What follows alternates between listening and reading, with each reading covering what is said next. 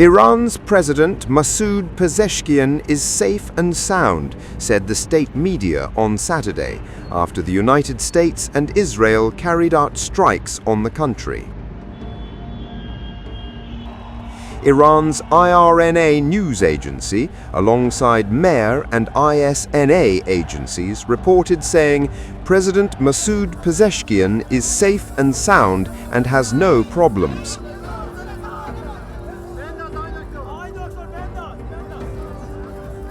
Explosions were also heard in the north and east of Tehran, as well as in Isfahan, Karaj, and Kermanshah, the Fars news agency reported.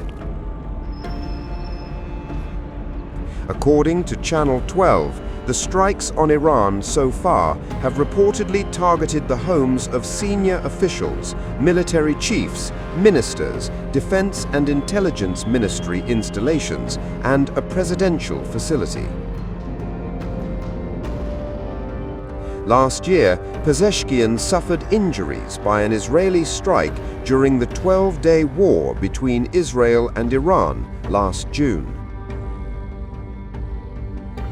According to the IRGC-linked Fars news agency, Pezeshkian was attending a meeting of Iran's Supreme National Security Council when a missile reportedly hit the building in the Shahrak-e-Gharb area of Western Tehran.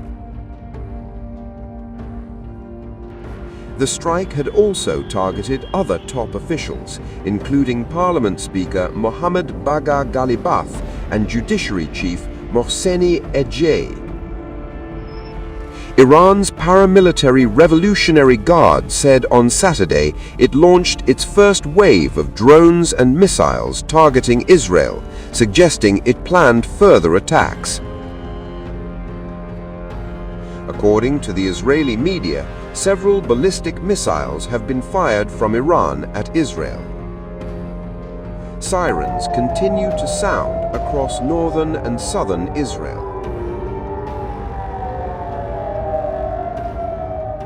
Just a short while ago, Israel and the United States launched the joint operation, Operation Lion's Roar. The operation's goal is to put an end to the threat from the Ayatollah's regime in Iran.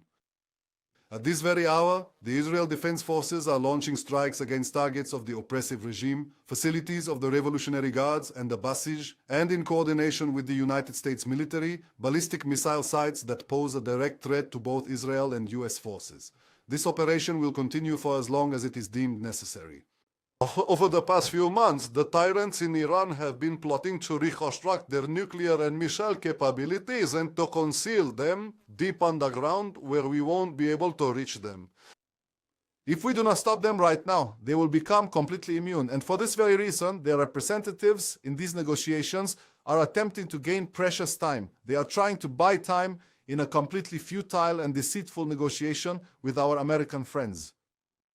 We have now undertaken Operation Lion's Roar, an operation that is significantly more powerful than Operation White Valley, which was already very powerful.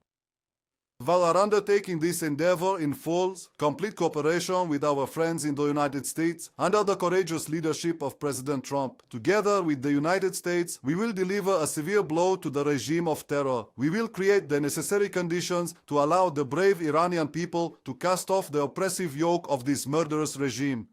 Anyone who lays down their weapons, including those serving within the regime's forces, will ensure their safety and secure their future.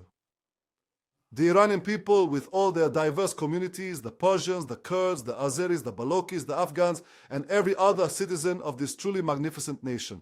This is your golden opportunity to establish a new and genuinely free Iran. Take your destiny firmly into your own hands. Donald Trump, in a video message on his Truth Social platform, confirmed the U.S. military strikes on Iran. A short time ago, the United States military began major combat operations in Iran. Our objective is to defend the American people by eliminating imminent threats from the Iranian regime, a vicious group of very hard, terrible people. Its menacing activities directly endanger the United States, our troops, our bases overseas, and our allies throughout the world. For 47 years, the Iranian regime has chanted death to America and waged an unending campaign of bloodshed and mass murder, targeting the United States, our troops, and the innocent people in many, many countries. Among the regime's very first acts was to back a violent takeover of the U.S. Embassy in Tehran, holding dozens of American hostages for 444 days. In 1983, Iran's proxies carried out the Marine barracks bombing in Beirut that killed 241 American military personnel. In 2000, they knew and were probably involved with the attack on the USS Cole. Many died. Iranian forces killed and maimed hundreds of American service members in Iraq. The regime's proxies have continued to launch countless attacks against American forces stationed in the Middle East in recent years, as well as U.S. naval and commercial vessels in international shipping lanes. It's been mass terror, and we're not going to put up with it any longer.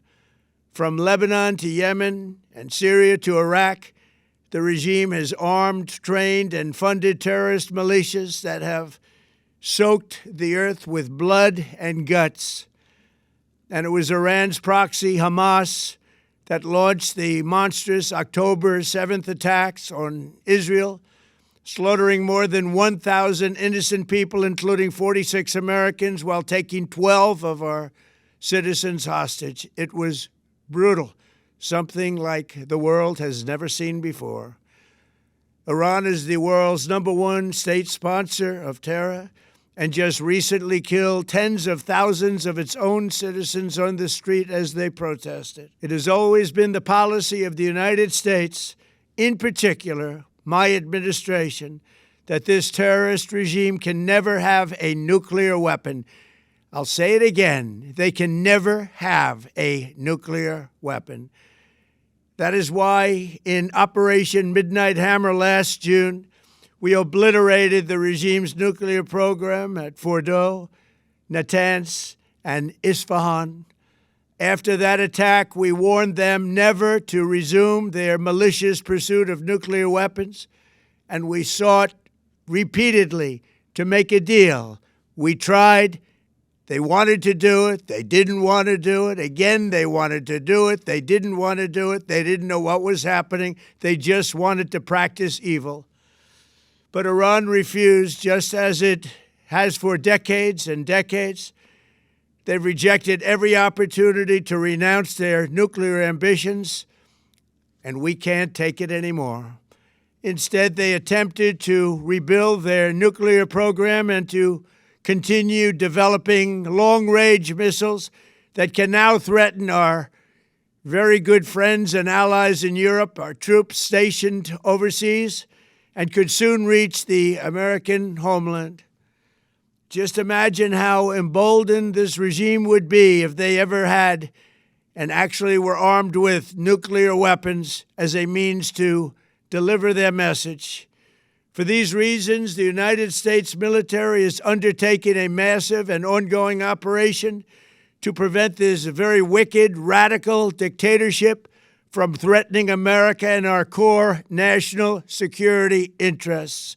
We are going to destroy their missiles and raise their missile industry to the ground. It will be totally, again, obliterated.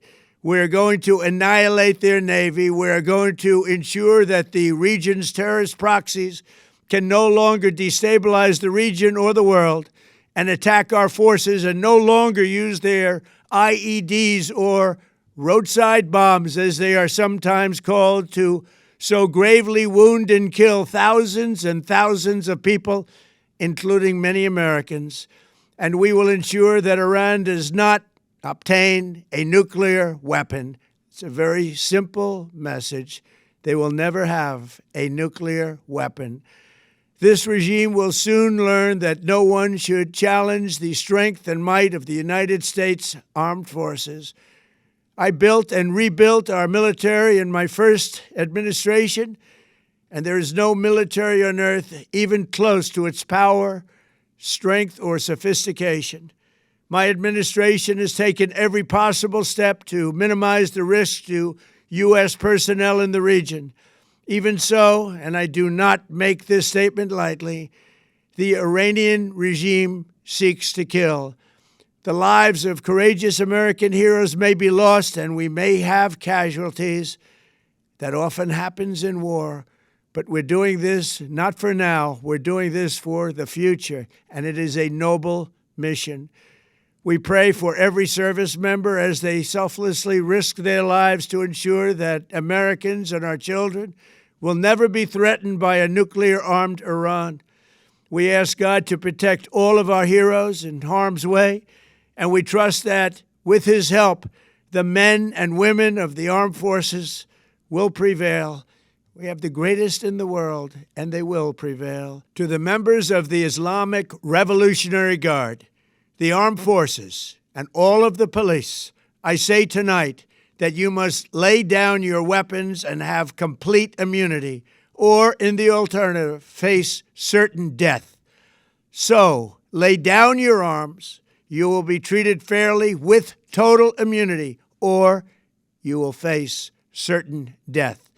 Finally, to the great, proud people of Iran, I say tonight that the hour of your freedom is at hand. Stay sheltered. Don't leave your home.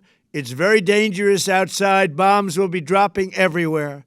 When we are finished, take over your government. It will be yours to take. This will be probably your only chance for generations. For many years, you have asked for America's help, but you never got it. No president was willing to do what I am willing to do tonight. Now you have a president who is giving you what you want. So let's see how you respond. America is backing you with overwhelming strength and devastating force. Now is the time to seize control of your destiny and to unleash the prosperous and glorious future that is close within your reach. This is the moment for action. Do not let it pass. May God bless the brave men and women of America's armed forces. May God bless the United States of America. May God bless you all. Thank you.